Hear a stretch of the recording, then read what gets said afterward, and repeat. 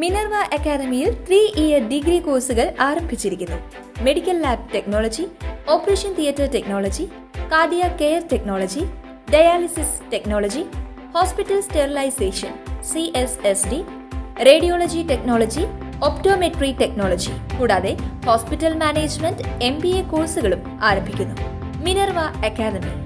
Contact number 9995373833 അല്ലെങ്കിൽ 9895841933. Minerva academy, skill and professional studies. ചികിത്സയ്ക്കായി ആശുപത്രിയിൽ പോകുന്ന ക്യാൻസർ രോഗികൾക്ക് KSRTC ബസ്സിൽ സൗജന്യ യാത്രാ സൗകര്യം ഒരുക്കുമെന്ന് ഗതാഗത വകുപ്പ് മന്ത്രി KB ഗണേഷ് കുമാർ നിയമസഭയിലെ ചോദ്യോത്തര വേളയിലാണ് മന്ത്രി ഇക്കാര്യം പറഞ്ഞത്.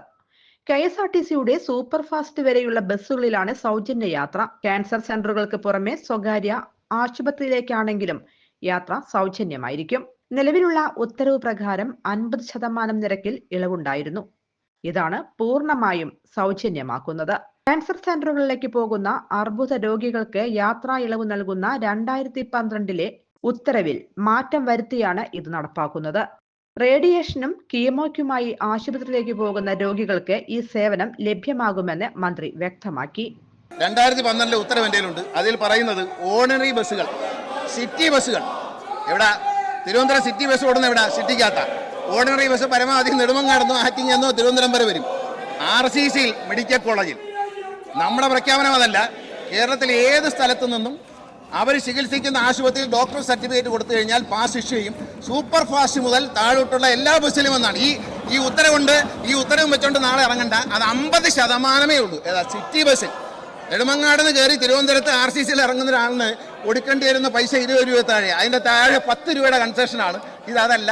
കോഴിക്കോട് നിന്ന് ഒരാൾ തിരുവനന്തപുരം RCCയിൽ ചികിത്സയ്ക്ക് വരുന്നുണ്ടെങ്കിൽ ആ ആളിന് സൂപ്പർ ഫാസ്റ്റിൽ വരാനുള്ള പൈസ സമ്പൂർണ്ണമായി ഫ്രീ ആക്കിയതാണ്. അത് കേൾക്കുമ്പോൾ ഷെയിം എന്ന് തോന്നിയതിൽ അത്ഭുതമില്ല. അദ്ദേഹം നെയ്യാറ്റിങ്കരയെ കുറിച്ച് പറഞ്ഞു.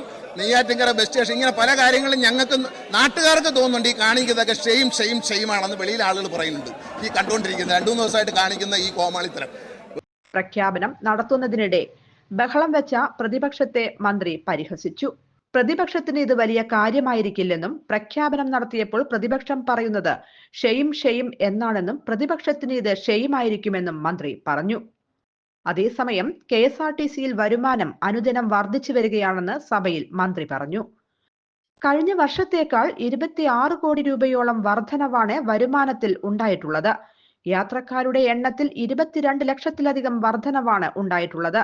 നഷ്ടം കുറച്ചുകൊണ്ടുവരികയാണെന്നും അദ്ദേഹം പറഞ്ഞു. News desk anytime news. കൂടുതൽ വാർത്തകൾക്ക് ഞങ്ങളുടെ ചാനൽ സബ്സ്ക്രൈബ് ചെയ്യുക. ഫേസ്ബുക്ക് ഫോളോ അപ്പ് ചെയ്യുക. വാർത്തകൾ വേഗത്തിലറിയാൻ എനിടൈം ന്യൂസ്.